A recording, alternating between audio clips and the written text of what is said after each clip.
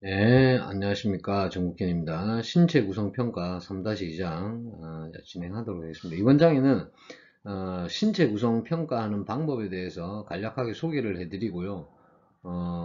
이제 실질적으로 인바디 측정이 된 모델을 가지고 그에 따른 운동 프로그램 작성하고 식단을 한번 해보도록 하겠습니다.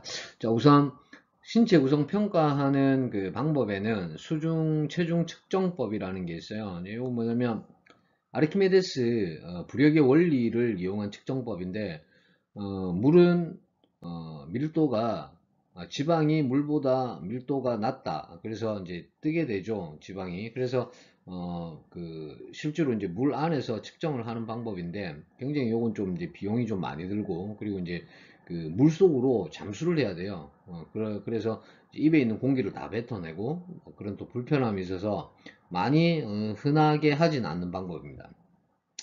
공기치환 최적법, 요것도, 마찬가지로 흔하게 하진 않는 거고, 위에 수중체중 측정법이 물을 사용했다면, 공기치환 최적법은, 공기를, 실제로 사용해서 하는 방법이고, 그 원리는, 보일의 법칙을 활용해서, 한다라고, 나와 있습니다. 자, 그 다음에 이제 많이 쓰는 게 이중 에너지 엑스레이 흡수법이에요. 뭐 덱사라고 여러분 잘 아실 겁니다. 의료 장비로 사실 많이 쓰이죠.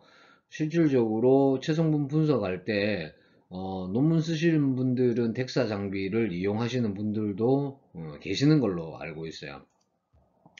이제 네 번째 둘레 측정법입니다. 이제 줄자만 있으면 되죠. 그래서 신체의 각 부위를 둘레를 측정해서 신체 구성을 평가하는 방법이 있고요.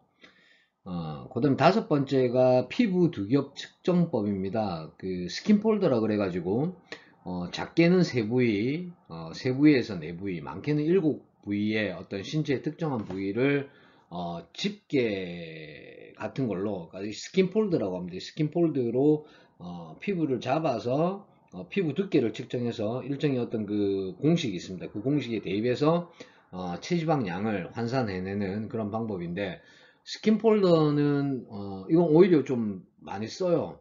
그러니까 많이 쓴다고 말하기보다는 오히려 좀 써요. 아직까지도. 그래서 그런 방법이 있고요. 그 다음에 이제 그 생체 전기 저항법, 그래서 바이오 일렉트릭 임피던스 아날리즈, 그래서 BAI라고 그래요, 약어로. 그래서 이게 여러분들 다 아시는 인바디입니다. 인바디. 예, 인바디. 그래서 약한 전류를 몸에 흘려서 실질적인 체지방량과 근육량을 수치적으로 볼 수 있도록 나와 있는 그런 평가 방법이죠. 그래서 그게 있고 이제 요거 가장 많이 쓰고요. 그 다음에 이제 근적외선 작용법이 있는데 요거 이제 많이 쓰진 않습니다. 이게 그 미국 농림부에서 만들었다 그래요. 그래서 가축의 지방량과 근육량을 평가하기 위해서 아마 뭐 등급을 이렇게 등급을 나누는데 아마 썼던 것 같습니다. 사람에게는 잘 쓰지 않고요. 하여튼 이런 방법들이 있고 그 중에서 우리는 생체 전기 저항법, 일렉트릭 임피던스 아널리즈를 BIA를 많이 쓴다. 그죠? 흔히 쓰죠. 그렇습니다. 인바디가 100% 사실 정확하다고는 볼 수 없어요. 왜냐면 이게 그 측정하는 시점 또는 측정하는 방법에 따라서 좀 다르게 나올 수가 있습니다. 하지만 그래도 현재 현존하고 있는 그 신체 구성 평가 중에서는 일단 가장 안전하고 그리고 가장 간편하고 그리고 인바디 쪽에서는 상관계수가 굉장히 높다라고 이야기를 하고 있습니다. 덱스하고의 상관계수가 0.98인가 그 정도 수준이니까 꽤 높은 편이죠. 예. 그래서 많이 쓰고 있고 실제로 논문에도 인바디를 활용해서 많이 사용을 하고 있습니다.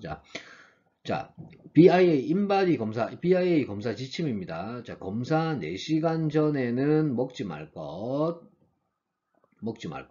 검사 12시간 전에는 운동 금지. 자, 검사 24시간 전에는 알코올 섭취를 금지하고, 검사 전에 되도록이면 대소변을 볼 것. 그래서 몸에 있는 그런 것들을 밖으로 배출을 한 다음에 측정하는 것이 중요하고요. 더불어서 같은 시간대에 좀 측정을 하는 것이 좋습니다. 그러니까 우리가 한 번만 측정하는 게 아니잖아요. 일반적으로 사전 측정하고 이제 이후에 이제 어떤 그 운동이라든지 시기를 하고 나서 이후에 변화를 측정을 하죠. 이제 그 사후 측정할 때도 동일한 시간에 동일한 조건으로 하시는 게 좀 정확하게 측정 평가할 수 있는 방법이 되겠습니다. 자, 이제 실제로 인바디입니다. 실제로 인바디 체성분 분석을 한 건데 지금 여기 이제 그 개인정보 때문에 제가 나이라든지 성별을 지웠어요. 근데 이제 지금 이분은 나이가 한 55세 정도 되고 빼면 여성분으로 알고 있습니다. 중년 여성이 되겠죠. 그래서 일단 여러분들 이 측정하는 방법은 아마 다 아실 거예요. 그 정극이 있죠. 물론 이제 그 기계마다 좀 다르긴 하지만 정극의 스킨이 닿아야 됩니다. 그래서 이제 그 양발 신으시면 안 되고 양발 벗으시고 그리고 옷은 되도록 굉장히 가볍게 속옷 정도로만 입으시고 또는 이제 그런 상황이 안 되면 반팔에 반바지 정도 그렇게 입으셔야 됩니다. 그리고 되도록이면 이제 무게가 중량이 나가는 것들 시계나 이런 것들을 벗어서 측정을 하시는 게 좋고요. 실제로 뭐 목걸이나 반지 같은 건 크게 중량이 많이 나가지 않으면 영향을 미치지 않는다고 합니다. 여튼 자, 이 이제 인바디를 측정하고 나면 이제 이 결과지를 놓고 해석을 해줘야 된단 말이에요. 설명을 해줘야죠. 그래서 우선 여러분들이 해야 될 게 뭐냐면 이 각각의 어떤 그 체성분 분석 같으면 체수분과 단백질과 무기질과 체지방에 대한 어떤 기본적인 부연 설명이 있어야 된다. 간단하게. 그래서 체수분 같은 경우에는 몸에 존재하는 수분입니다. 그래서 남성 같은 경우에는 50에서 70%, 여성은 그거보다 작은 45에서 65% 정도. 그래서 일반적으로 체수분 한 70% 정도 이야기를 합니다. 그러니까 남녀 따지지 않고 그 정도로 이야기를 하고요. 여기서 이렇게 남성과 여성의 체수분의 분포가 다른 이유는 근육량이 다르기 때문이죠. 그래서 일반적으로 근육량, 단백질 양이 많으면 체수분의 양도 높이 나옵니다. 그래서 이렇게 표현이 된 거고요. 그 다음에 이제 단백질은 근육 속에서, 근육량에서 체수분을 뺀 나머지, 우리 그 골격근 있지 않습니까? 골격근에서 체수분을 뺀 순수한 프로틴을 이야기하는 거죠. 자, 그 다음에 이제 무기질이 있습니다. 무기질은 골격, 조직, 체. 예. 그런데 무기질은 주로 골격에 있습니다. 주로 골격에 많이 뼈에 있다는 얘기죠. 그 다음에 체지방은 몸속에 쌓여 있는 지방. 그래서 요거를 이제 설명을 할 때 체수분은 우리 몸에 한 70% 정도 됩니다. 뭐 그 정도로 이야기를 해주시고 체수분하고 단백질의 양은 좀 거의 비례적으로 간다. 그래서 단백질 근육량이 많은 사람은 체수분의 양도 당연히 높게 나온다. 왜냐하면 근육의 70%도 수분이기 때문에 그런 겁니다. 자, 그다음에 이제 무기질 이제 조금 전에 이제 말씀드렸는데 그 정의를 말씀드리면서 이 무기질은 어떤 골다공증의 예측 인자로 이야기할 수가 있어요. 만약 이제 여기서 무기질 굉장히 낮게 나왔다면 그분의 영양 상태에 대한 부분을 한번 생각을 해봐야 되고 그리고 1차 검진 기간 그러니까 뭐 다시 얘기하면 병원 가서 병원에서 골다공증 검사를 한번 받아보는 게 좋죠. 그렇게 예측인자이기 때문에 뭐 정확하다 요걸 보고 그렇다 골다공증이다 아니다 판단을 하면은 안 됩니다. 그럴 가망성이 있으니까 병원에 가서 다시 한번 검사를 받아봐라 라고 이야기를 하는 게 맞겠죠. 자, 그리고 이제 체지방이고요. 체지방은 이제 몸에 있는 지방을 이야기하는 거고. 자, 그 다음에 이제 골격근하고 지방 분석이 있어요. 골격근 지방 분석. 메뉴에 있던 체성분 분석이고. 자, 그래서 전체 체중 중에 지금 59.1이잖아요. 중에 골격근 양은 18.8이에요. 그래서 표준 이하고 체지방의 양은 23kg예요. 그러니까 이건 표준 이상이에요. 그러면 우리가 이제 그래프를 한번 이렇게 그어보면 이런 깊은 C자가 된단 말이에요. 요걸 이제 말로 표현하면 전체 체중 중에 골격근 양보다 체지방의 양이 월등히 많다라고 볼 수가 있는 거겠죠. 그러니까 주로 일반인들에게 많이 나타나는 패턴입니다. 특히 여성에게. 그래서 여러분들이 지금 이제 이 그래프를 보고 운동 프로그램 작성할 때 일단 이분은 일단 중요한 게 지금 체지방이잖아요. 체지방량이 많기 때문에 유산소 운동을 해야 된다는 건 명확하죠. 이제 그거는 이제 운동 프로그램 설계할 때 말씀 좀 드리고요. 그 다음에 지금 아래쪽에 있는 게 이제 비만 분석이에요. 그래서 이제 우리가 그 3-1장에서 BMI에 대해서 우리가 이제 이야기를 했죠. 제가 알려드렸습니다. 그래서 BMI로 볼 때는 지금 24예요. 거의 뭐 표준 이상의 한가에 거의 가깝게 왔습니다. 그 다음에 체지방률 같은 경우에는 38.9입니다. 그러면 요 이제 어, 비만이에요. 예, 비만입니다. 예. 자, 그리고 이제 그 부위별 근육 분석인데 요거는 이제 그 밸런스입니다. 오른팔과 왼팔의 근육량의 차이, 그다음에 몸통, 그리고 오른다리와 왼다리의 어떤 차이, 그런 것들을 보여주는 건데, 이제 요걸 보고 이제 너무 차이가 많이 나게 되면 밸런스를 한번 생각을 해 보셔야 되고, 역시 이제 이 표준 범위가 나와 있어요. 현재 측정 범위하고. 서 그걸 비교해서 판단해서 프로그램 구성하는데 활용하시면 되고요. 아래에 있는 거는 신체 변화입니다. 그래서 체중, 골격근량, 체지방률, 세포 외수 분비 이런 것들이 어떤 형태로 이렇게 진행이 되고 있는지, 예, 그거를 조금 보여주는 것 같고, 이 체성분 분석 기계에 따라서 이게 있는 버전도 있고 없는 버전도 있습니다. 그래서 최종적으로 이제 이분은 100점 만점에 66점이 나왔고요. 적정 체중이 53kg입니다. 그러니까 지금 체중 감량을 해야 되고요. 6.1kg 감량을 해야 되네요. 그리고 이제 그 중에서 지방을 10.8kg 빼야 되고, 근육은 4.7kg. 그러니까 여기 이미 그 운동 처방이 다 사실은 나와 있는 겁니다. 비만 평가. 비만 평가에서는 지금 표준으로 나와 있네요. 체지방률이 38.9인데 표준으로 나와 있다. 이건 잘 이해가 가지 않습니다. 자, 그 다음에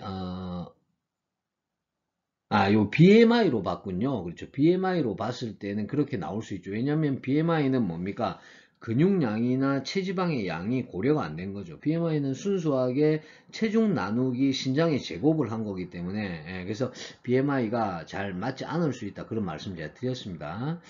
자, 그래서 여기 보면은 그렇죠. BMI가 지금 보세요. 높긴 하지만 표준 범위 안에 들어와 있거든요. 이러니까 비만 평가에서는 표준으로 나오는 거예요.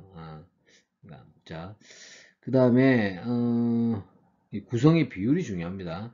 신체 균형 평가가 나오고요. 그 다음에 부위별 체지방 분석이 나와요. 예.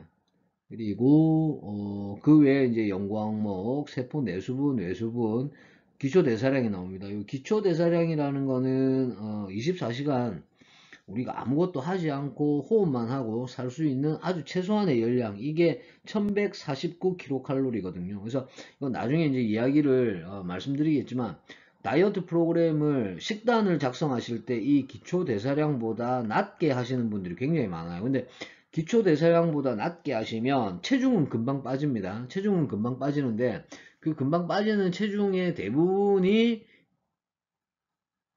대부분이라고 이야기하긴 그렇지만 많은 부분이 근육이에요.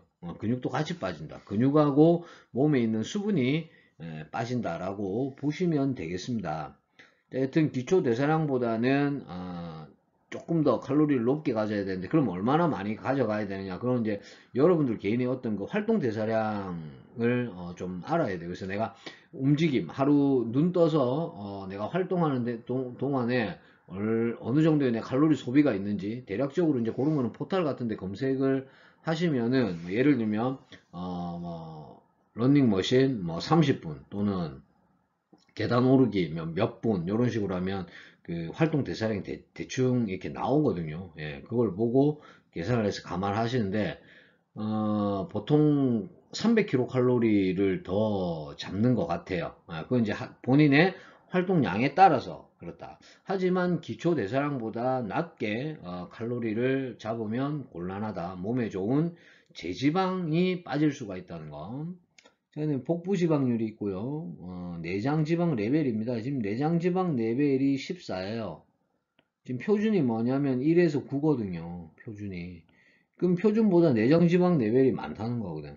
그럼 이제 내장지방 레벨이 많다는 건 이제 아까 말씀드렸지만 성인병하고 굉장히 관련이 깊다는 겁니다. 그래서 이제 이상 그 고지혈증, 어, 이상지혈증이라고 하는데 그런 것도 올 수가 있고, 그 다음에 고혈압, 그 다음에 당뇨, 그 다음에 대사증후군 이런 것들이 올 수가 있죠.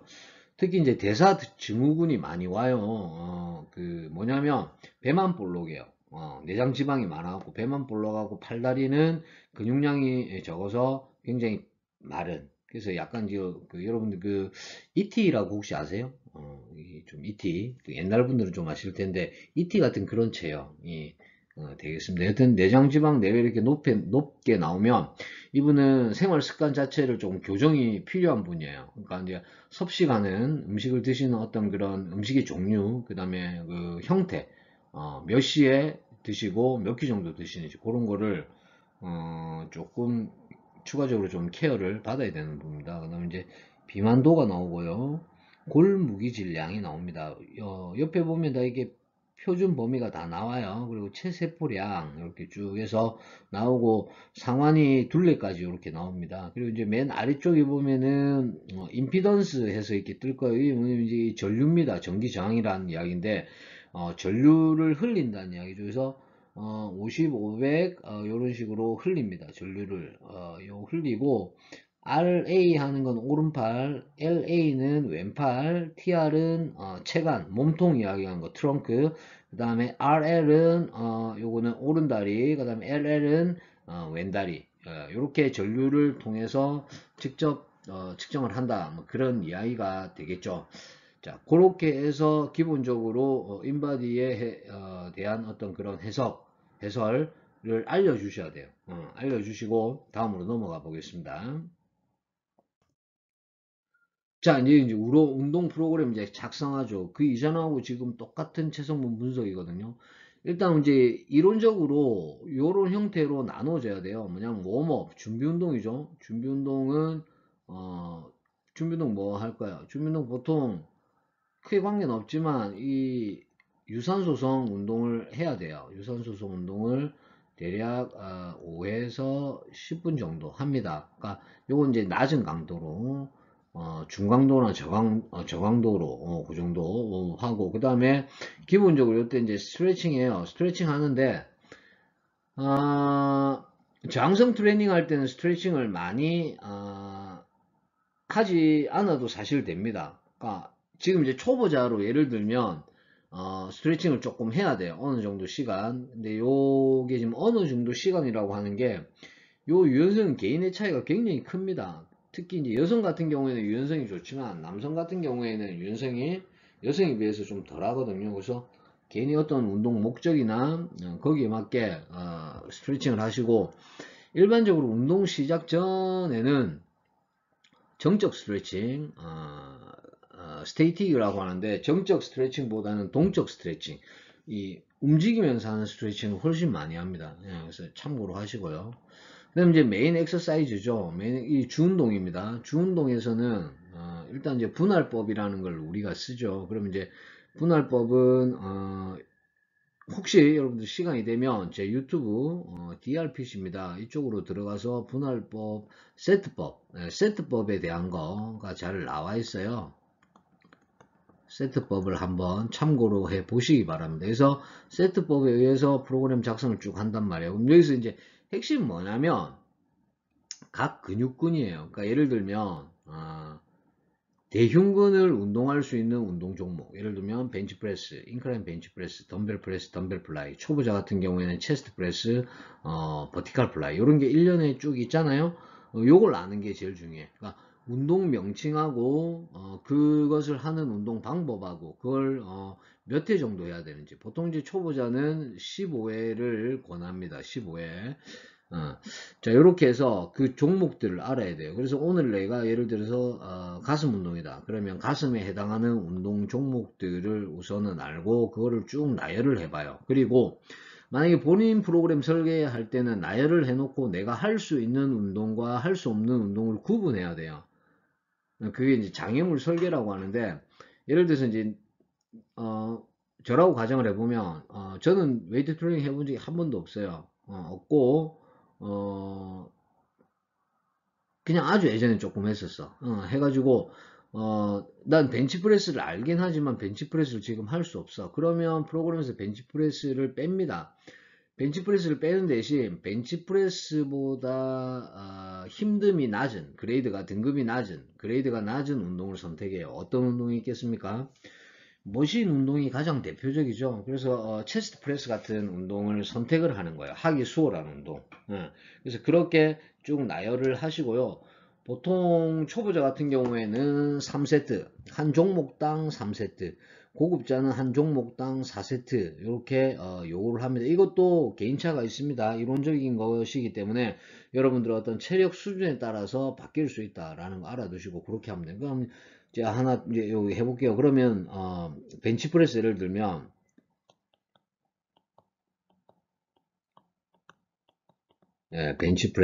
벤치프레스를 난 3세트 할 거야. 몇 회? 12번에서 15번. 이게 끝입니다. 이게 프로그램 끝이에요. 그리고 물론 이제 가슴에 벤치프레스, 뭐 덤벨 프레스, 뭐 인클라인 덤벨 프레스 이런 식으로 쭉 나가야 되겠죠. 일단은 음, 본인이 해야 되는 운동에 대한 구성을 하고 세트하고 운동 횟수를 구성을 하고요. 벤치프레스를 예를 들어 3세트를 한다. 그러면 각 세트마다 무게를 적는 것도 도움이 돼요. 그러니까 이런 과정들이 사실은 그 훈련 일지라는 걸 적거든요. 그 훈련 일지를 적는 것처럼 쭉 이렇게 적어 놓으면 처음엔 잘 모릅니다. 처음엔 잘 모르는데 이것들이 이제 쌓이게 되죠. 쌓이면은 추적을 할 수 있어요. 내가 컨디션이 특별하게 안 좋은 날, 왜 안 좋았는지 그 이전의 기록들을 보면서 추적을 할 수 있고, 프로그램이 항상 단조로운 것을 조금 방지할 수 있어요. 프로그램이 단조롭다는 거는 거의 같은 운동과 같은 강도라는 거거든. 그러면은 과부하의 원리에 의해서 근육이 잘 자라지 않습니다. 그래서 그런 것도 조금 추적해서 보시고 프로그램 설계할 때도 참고해서 바꿔줄 수 있는 거예요. 예, 그렇게 메인 엑서사이즈를 가져가시고요.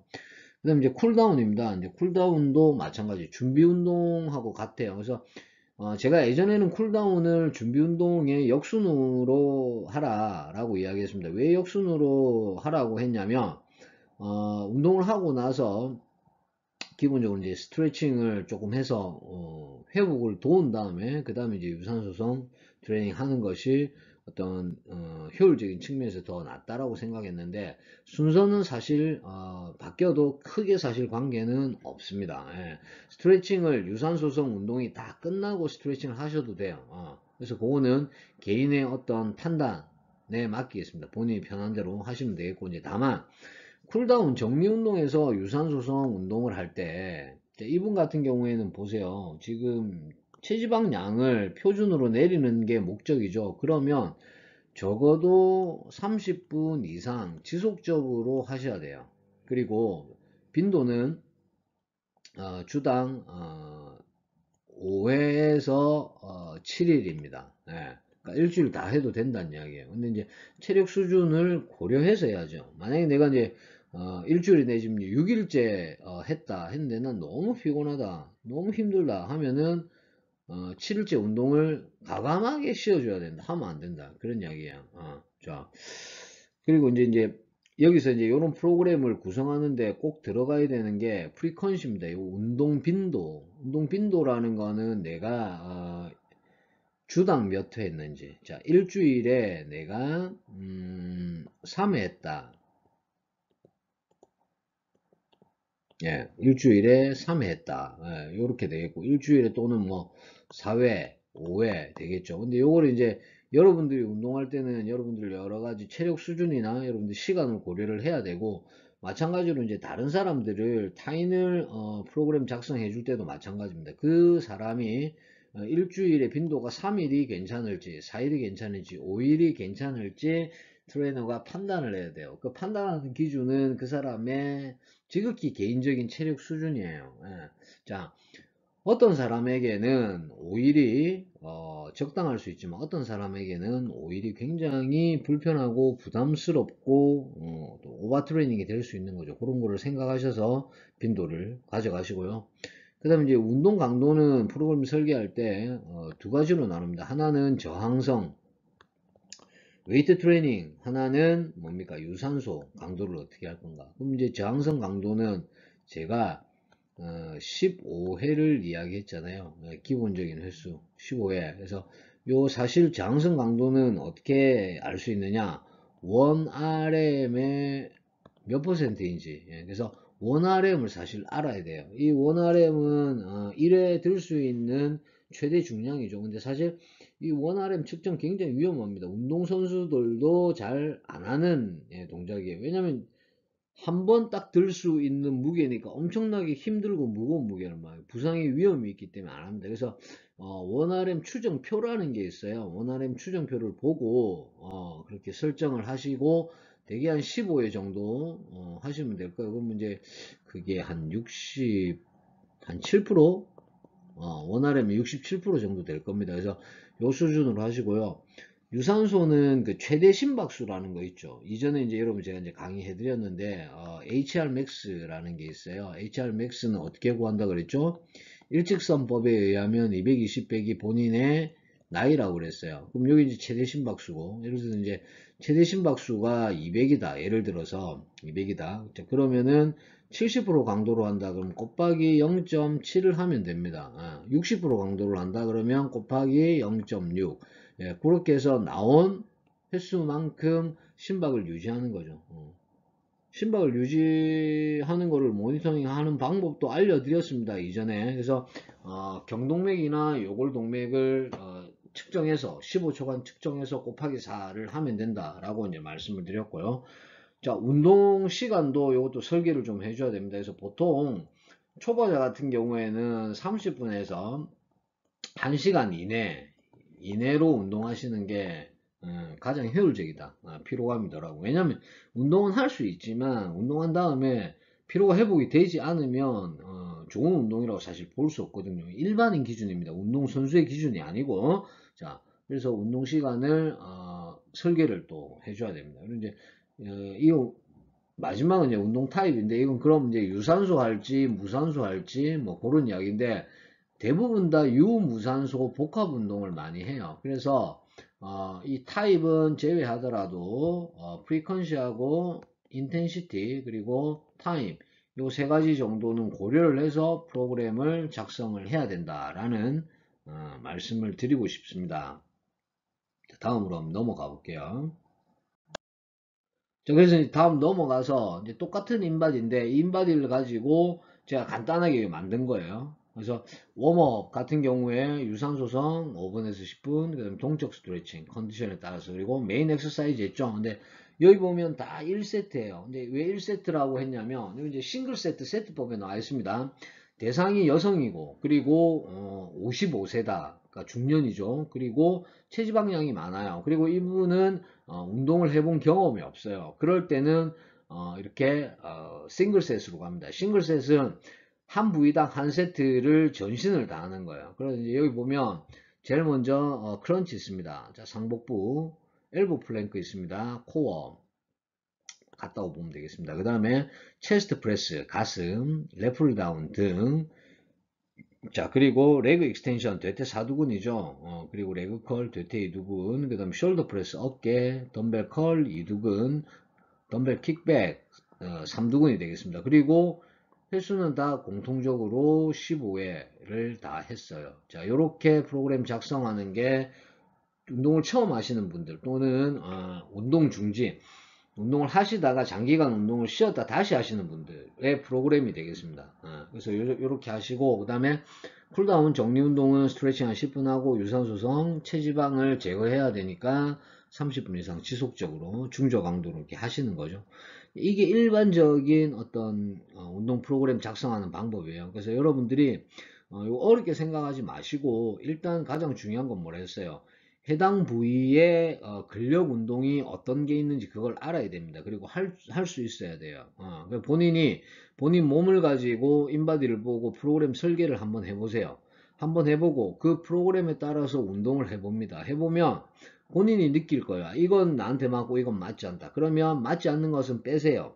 빼고 다른 것을 추가를 해서 또 시행을 해봅니다. 이런 과정을 이제 거치면 그게 바로 이제 제가 늘 이제 말씀드리는 자각이 되겠죠. 이제 스스로 느끼고 교정하고 보완하는 거. 물론 이제 중간중간에 어떤 그 트레이너의 어떤 그 조언이나 이런 것들이 있으면 훨씬 좋은 방향으로 갈 수가 있겠죠. 그래서 프로그램 작성하는 거는 어려운 일이 아니고 처음 해보는 게 어려워요. 근데 처음 딱 해보면 두 번, 세 번 하면 할수록 이게 또 늘어요. 그래서 이런 형태로 작성하시고, 다만 이제 또 여기서 이제 한 가지 말씀드리면은, 자, 레그 익스텐션을 프로그램에 넣었어. 그런데, 무릎이 지금 현재 내가 안 좋아요. 네, 어제 등산을 조금 무리하게 했더니 무릎이 아파.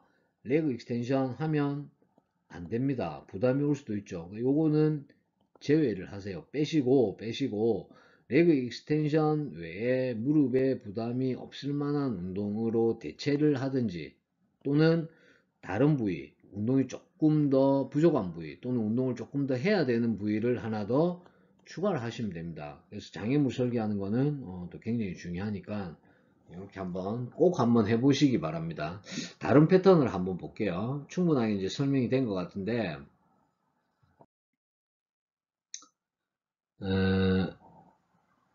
자, 운동 프로그램이고, 요건 이제 식단입니다. 식단을 한번 더 이제 말씀을 드릴게요. 자, 일단 식단은 우리, 지금, 일단 체지방을 빼야 되잖아. 빼야 되고, 골격근 양은 늘려야 되죠. 그러면 뭐냐면, 우리가 먹는 3대 영양소 중에서 탄수화물과 지방은 낮추고, 단백질은 늘리는 게 기본 구성이에요. 왜냐면, 신체 조성은 거의 100% 우리가 먹는 것하고 연관이 있습니다. 그래서 그렇게 조금 비율을 잡고, 지방을 이제 아예 먹지 말라는 건 아니고요. 몸에 좋은 지방이 있다고 그랬죠. 그 뭐라 그랬어요? HDL이라고 그랬죠. HDL 콜레스테롤. 요건 섭취를 해야 된다. 요 어디 많이 들어있냐면 생선 그리고 이제 견과류 주로 이제 아몬드에 HDL이 좀 많이 들어있어요. 그래서 요 이제 적정하게 섭취를 하는 것이 중요합니다. 일단 식단을 제가 일일이 디테일하게 짜기보다는 일단 3대 영양소에 대해서 일단 말씀을 드릴게요. 자, 우선 말이죠. 자, 요거는 이제 일반적인 사람들의 제안입니다. 그러니까 바디빌더의 시각으로 보시면은 오류가 있을 수가 있어요. 그래서 일반적인 건강을 위해서는 탄수화물을 60에서 65% 정도 섭취하라고 그랬어요. 그 중에 단당은 10% 미만으로 섭취하라고 그랬죠. 이제 여기서 단당은 뭐냐면 CHO, 그러니까 탄수화물의 분자식이 CHO예요. 탄소와 수소와 산소의 함물이 굉장히 간단한 거. 그게 두 개 붙어 있으면 이당이고, 이당류. 그렇게, 보면 됩니다. 그리고 이제 그게 많이 붙어 있으면 이제 다당류, 이제라는 건데, 여튼 이제 설탕이나 아이스크림, 그런 캔디, 그런 류를 이야기해요. 요거는 이제 10% 미만으로 드시고, 되도록이면 안 드시면 더 좋은 거예요. 요걸 꼭 10% 미만에 맞춰서 드실 필요는 없어요.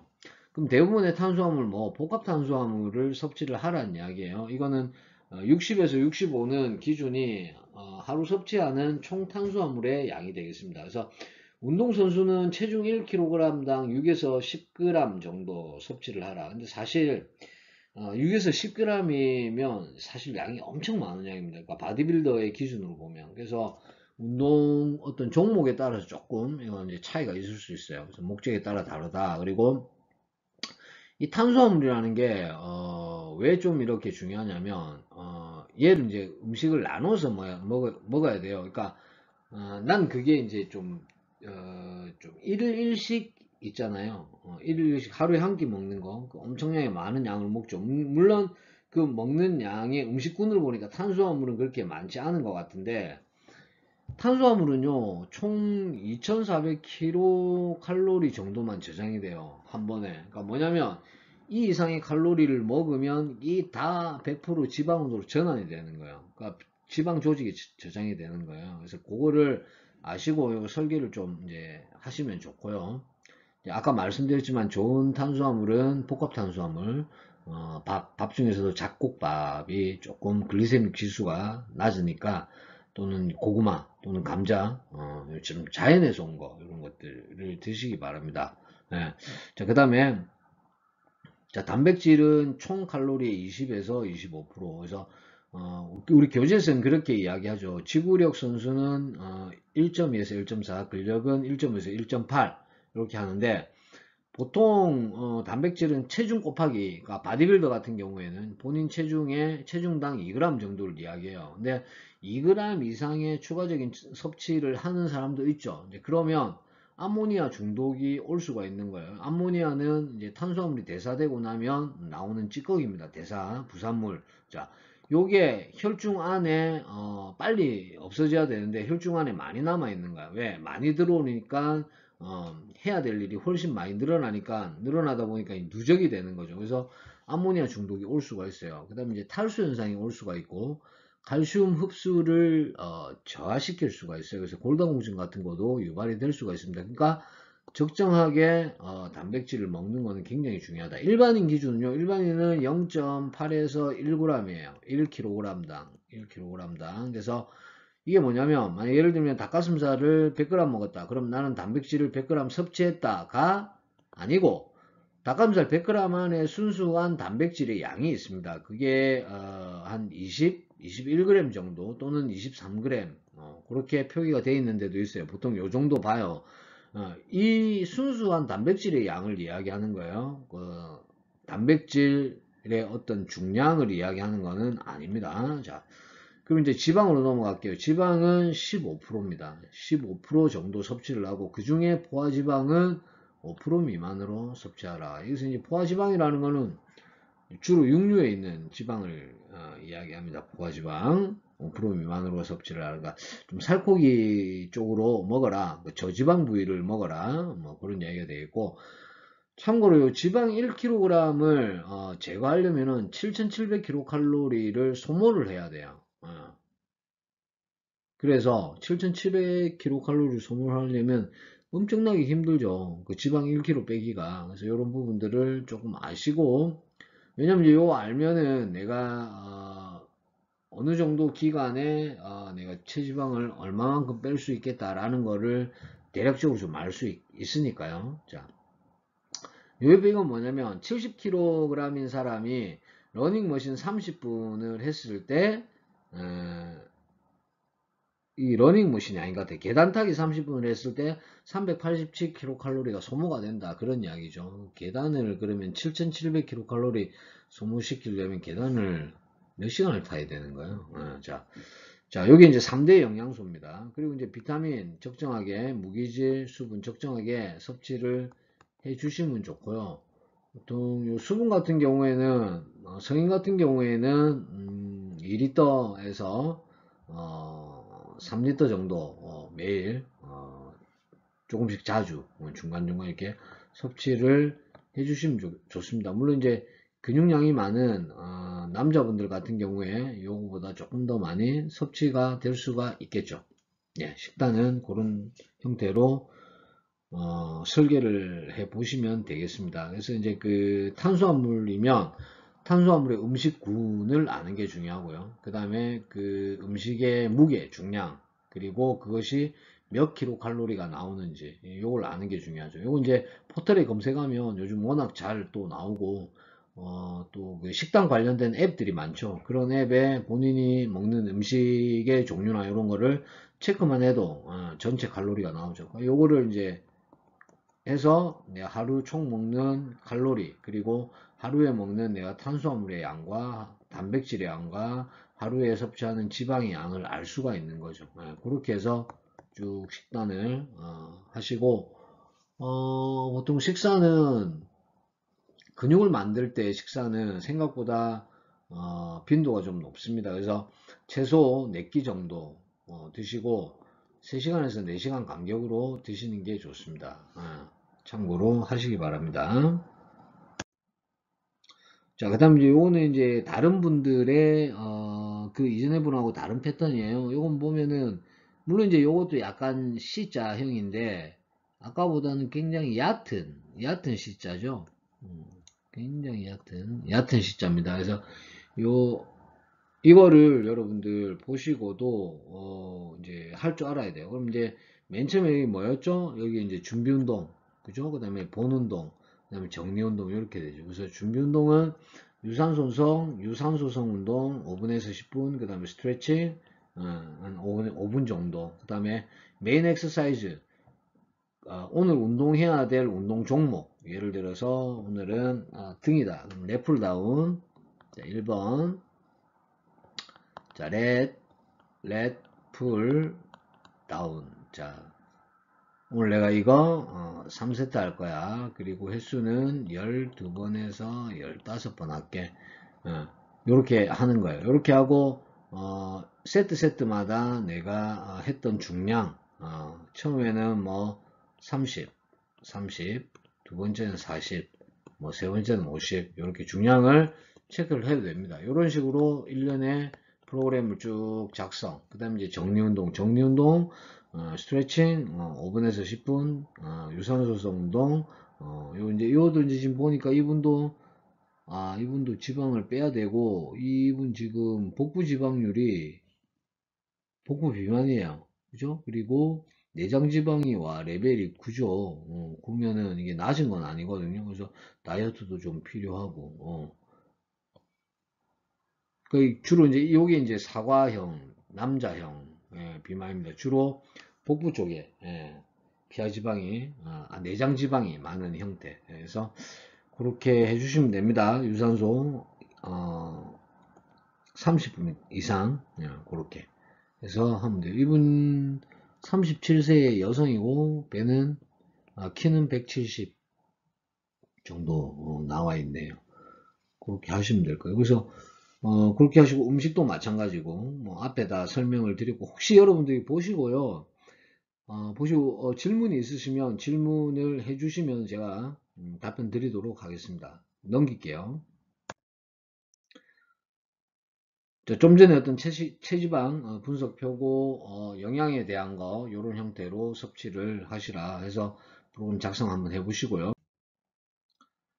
자, 요건 이제 또 다른 겁니다. 요거는 이제 운동선수 같은데, 이건 완전 반대로 되어 있죠. 이제 요건 이제 말로 표현하면 전체 체중 중에 체지방량보다 골격근의 양이 훨씬 많다라고 볼 수 있는 거예요. 지금 체중이 81.8이죠. 81.8인데 골격근 양이 41.7입니다. 거의 몸무게의 50%를 가지고 있죠.